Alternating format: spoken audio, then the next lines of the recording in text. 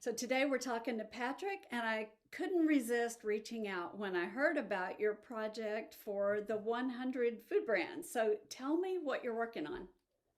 Yeah, so the Road to 100 was kind of a sort of challenge I set for myself to try 100 new food and beverage brands in 2022. In my role here at iHeart, I kind of found myself, just without really, it being on purpose, just working with a ton of food and beverage brands. Really found a love for the community and all the people that are involved, and just a ton of the brands and the founders. Just connected to them super, super well. I'm a big foodie myself, so it just kind of seemed like a natural fit. Um, and kind of going into the new year, I actually had posted on LinkedIn a couple of the brands I had tried. Just trying to, highlight some of the brands I was working with and was excited about. And I decided, okay, well, if I'm going to post two, why not post more than two?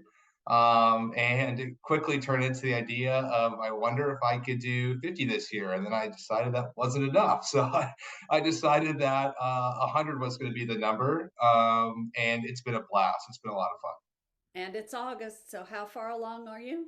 We last week we hit 72, so we've got a couple more in the books that are going to be popping up here probably the next few days and next week. So I'm super excited. We know, past that 70% mark. Had no idea if I'd make it this far, but it's been fun, and we've got a lot of really good brands to cap it off here in the next couple of months. What's the most surprising thing you've come across so far? Oh gosh. I think some of the surprising stuff is more of just brands that I normally maybe wouldn't look at or wouldn't necessarily try. It's kind of outside of my comfort zone. It's one of the reasons too why I wanted to start all of this. I've been super fortunate to, especially through LinkedIn, having a lot of founders and people that work with brands offer us in samples. And I even have a couple of people I'm connected to through LinkedIn that aren't even associated with a food and beverage brand that are sending me samples to try out, products that they have. And a lot of the brands have been, outside because I'm here in Dallas. So a lot of the brands are only found maybe in parts of Florida or they're very regional. So it's been really interesting to get a ton of different kind of flavors. And I think some of the most surprising stuff would just be, I think, some of the flavors. I've worked with a bunch of like seltzer brands, sparkling water brands, and just it's interesting to starting to see all these brands are getting away from the generic lime and the generic berry.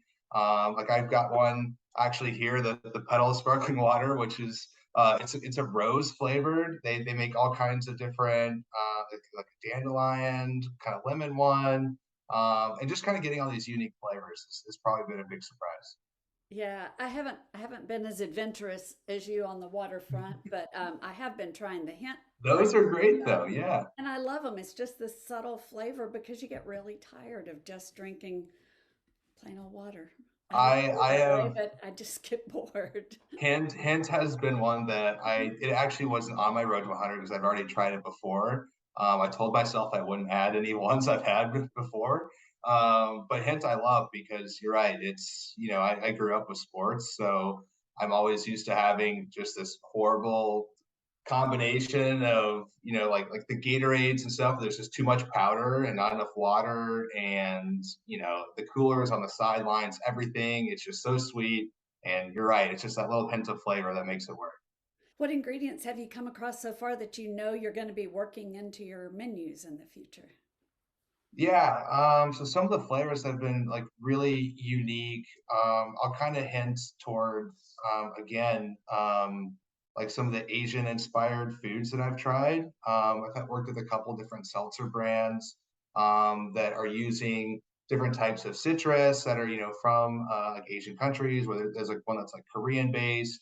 And so just getting this really unique, it's maybe not orange, it's blood orange, right? It's very similar, but it's different. And I've seen that like Perfy is one of my favorites that I've tried so far. It's like a better for you soda brand. It's low sugar. It's amazing. But the flavors that they use are just a little different. And so it stands out. It's unique, and it's something that as I've tried more brands, it's definitely opened my eyes to, because I mean I've tried flavors of drinks and food and things like that I've never even heard of before. I want to say one is like the Asian pear was one of the seltzer flavors. It was just I've never had something that was quite like that. So being able to incorporate some of those, and a lot of those I still drink, all the time, because it is different. And, I share it with my friends and they're just like, oh, I've never had something quite like this, right? You maybe had an orange soda, but you have maybe had blood orange, right? Or, it's blood orange with a different kind of fruit or a mixture of some kind. I just think it stands out. It's great. So, talk about you as a foodie. Um, Yeah. what's your Yeah. favorite thing to make? What do people want you to make all the time? I think now it's less of what I'm making. It's more of like, what box do you have in your pantry that's, this food brand or something like that. I My roommate tends to make fun of me sometimes because I order a bunch of stuff when it comes to food. So a lot of these brands I actually order multiple times. So Yeah. if they tend to send me samples, especially if I love it, I mean, I'm going to keep my fridge stocked. So I think my fridge is probably some of the most diverse that you could probably find. So maybe it's less of what I'm making, but maybe even some of the ingredients I'm using, like some of the different pasta sauces and just they're just a little different in different ways. And like the Rouse pasta sauce or the Carbone one, right? It's something just a little bit different than what you might typically pick up, or for me especially, it's maybe a little bit outside of what I normally would grab on the shelf, but now that's what I'm getting every time. When you start with with something like the jar sauce, do you kind of doctor it up? Are there other things you do to it when you're cooking with it, or do you find that that's what you need? You need what's in that jar. Yeah, no, I stick straight to some of those. Some of the products are, if it's not broke, you don't need to fix it, right? That's what my dad and my parents always said when I grew up. So, like some of those sauces, Carbone and Rouse both, I mean, they don't need anything. You don't need to add anything to it besides the pasta. It's they're fantastic on their own. Yeah, I like the Rouse. I've been eating that lately, but I've Yeah, those are great. doing some hamburger and a little bit of extra onion and maybe adding a little extra basil to it. But Yeah, yeah, I like that one very much. yeah. Those are fantastic. Any particular kind of food that's your favorite? Italian, Mexican? Oh gosh. I don't discriminate with food, I'll be honest. I definitely Italian food I love. I'm here in Texas, so Mexican food is all over the place. So I'm a huge fan of Mexican food. I mean, you can't go wrong with a plate of fajitas or something like that, right? So, but I also when it comes to food, I'm huge. I love sweets. I try to stay away as much as I can. I can't. I definitely have a sweet tooth, so there are definitely some brands on there, like on the list so far. Like Lexington Bakes is they make brownies and cookies. They're fantastic. I ranted and raved about them, I think, a couple of weeks ago. And I those are amazing. I try to like space those out, over a couple of days, not eat them right away, and sometimes you just can't. So, did you grow up here in Texas? I'm in Texas too. I'm in Austin. So, Okay, gotcha. Yeah, no, I'm from Dallas. I'm from a kind of a small town called Heath. It's just east of Dallas, kind of Rockwall area. And then when I went to college, I actually went to school in Georgetown. I went to Southwestern, so I'm very familiar with the Austin area. We were there all the time. I mean, we were in a small kind of school, and we wanted the big school vibe, and we wanted to go and do college game day and go to UT game and enjoy the atmosphere of this huge big school. We got to do that. It was 30 minutes away. So yeah, but other than that, I've lived in Dallas my entire life. what did you grow up eating? Because, and I'll tell you why I ask is because I grew up in Longview, so just Okay, yeah. east of Dallas, and I didn't even have spaghetti until I was in high school. And we were meat and potatoes, baby. Yeah. So I'm just curious, did you grow up pretty meat and potatoes and now this is a big adventure for you, or did you try different things? No, I definitely up until probably like high school, I was, I wasn't very experimental with trying different foods and things like that. So I started to get older, I started to, kind of tell myself like, oh, hey, like that's actually pretty good. Like if I would just eat that, it would be okay. But I would say I was pretty fortunate growing up. My parents, my dad especially loves to grill. So he was always, smoking ribs on the weekend or something like that. And he's big into trying new things as well. So his mom and she has a recipe for Swedish meatballs he would always make, and of course he's got the grill and he makes these like honey mango barbecue ribs every now and then that like I will drive all the way home for. If he called me right now, I would drive home and right now and go eat them. So I definitely grew up with a little bit of everything for sure. You have a favorite recipe? Like I just heard the Swedish meatballs and got all interested. Favorite Yeah, recipe that you those might be able to share? That would probably be my favorite. I don't actually know the entirety of the recipe. I just let my dad do his thing in the kitchen when it comes to those. The only thing I will hint is that he uses grape jelly in part of it, so it adds kind of like a bit of a sweetness to it. They're super, super, super good. He makes them for New Year's, especially every year. But those are probably like one of my favorite things that he's made. Go have a chat with Dad and see if he'll. I'll see if I can send it over to you. That's one of the reasons we started doing cookbooks was because families had all these wonderful recipes with all these memories attached, and Yeah. then the years go by and you're going, wait, nobody has that recipe? What? It's not written down. So Yeah, I the like it Swedish now. meatballs are incredible. I love those, and yeah, they're definitely a staple. That would be that'd be a good one. All right. How about you mentioned the grill and dad on the grill. So do you prefer grilling or being in the kitchen? Oh, I definitely the grill side of things I love. I mean, I think part of that just has to do with, just me growing up. I mean, my dad is the guy if one person in the family wants a burger, he just needs an excuse to go out there and fire up the grill and do whatever and get the green egg out. If he just wants to do something small and simple, it doesn't matter. He's going to find a way to do it. So, when it comes to like, grilled chicken and steaks and burgers and things like that, definitely always, I think just growing up on that, it's just kind of like always stuck with me. I'm like, okay, if I'm going to get something, grilled chicken, whatever, it's right up my alley. I think sometimes, like with grilling, it just turns into more of an experience, more of a Right. shared experience because, everybody can hang out and Yep. go in and out and stand by the grill and Yep. swap stories. And that's what I love so much is the memories you make around food. Sure. Because just like even your tailgating, the description of coming down to the UT games and being Yeah. part of the 100%. team, it's like Yeah, definitely. tailgating is an experience. You're making memories. Yeah, yeah, absolutely. I mean, I think that's like I said, where the grilling side of things and maybe the food even aspect for me, it's always stuck with me. I mean, with my dad going outside, I remember it's usually every weekend for sure, Saturday or Sunday morning, he was usually out there. So, him opening up the back door and getting a whiff of maybe it's the honey mango ribs he's putting together or something that smell amazing. He's always got his NASCAR Formula One or something like that on the TV. So, everyone's usually downstairs because, when he's opening the door and you're getting smells and it just you're ready to eat.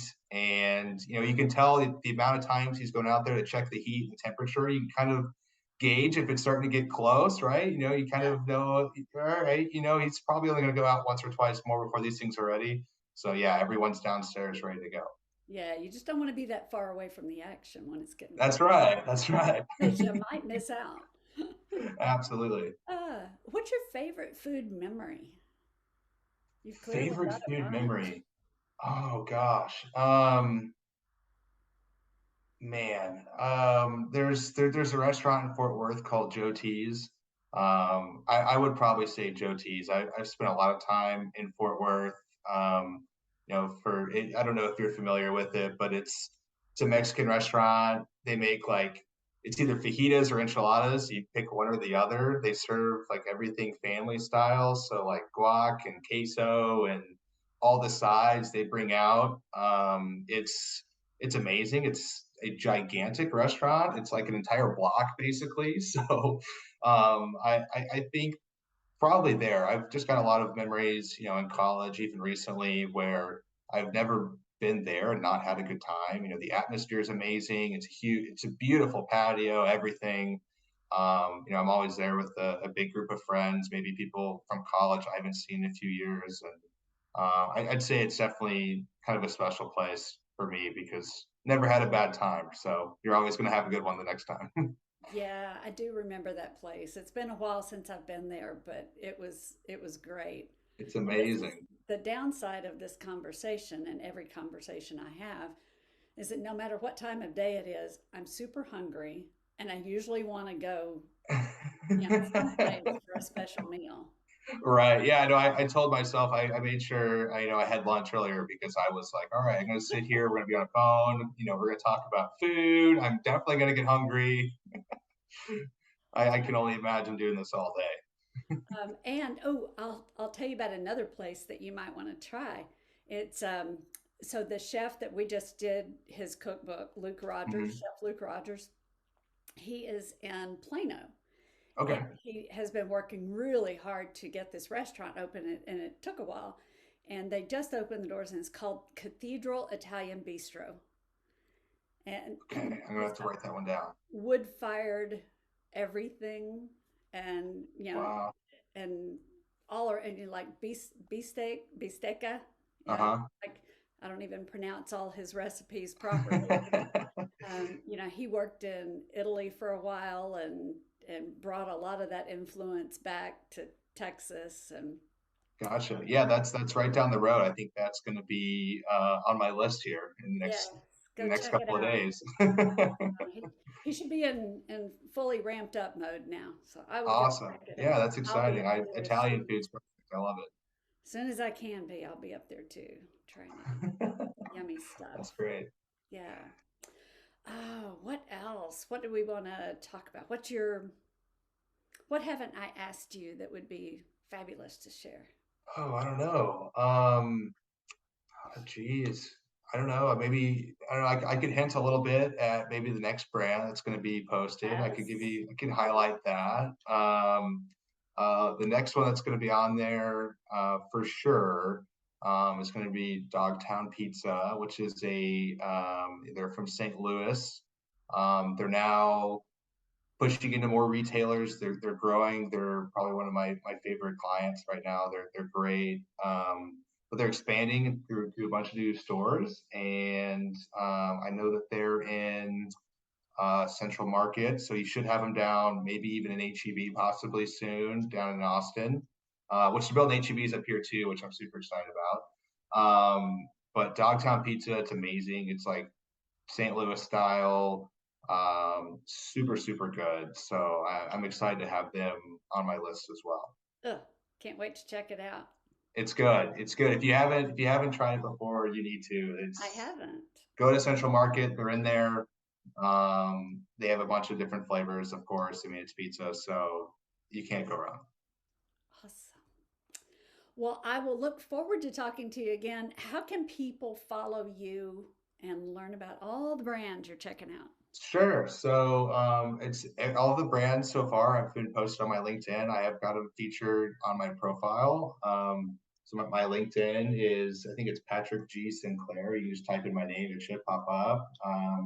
You'll see me on there. All the brands are there. I usually do small reviews and things like that on them. Maybe a couple highlights about the brand and make sure to tag the brand, kind of where to find them and stuff too. Almost every single brand, except for maybe one or two, are for sure on LinkedIn as well as their founders. So you can track them down really quickly, read the reviews, and hopefully try them out yourselves. They've been a lot of fun.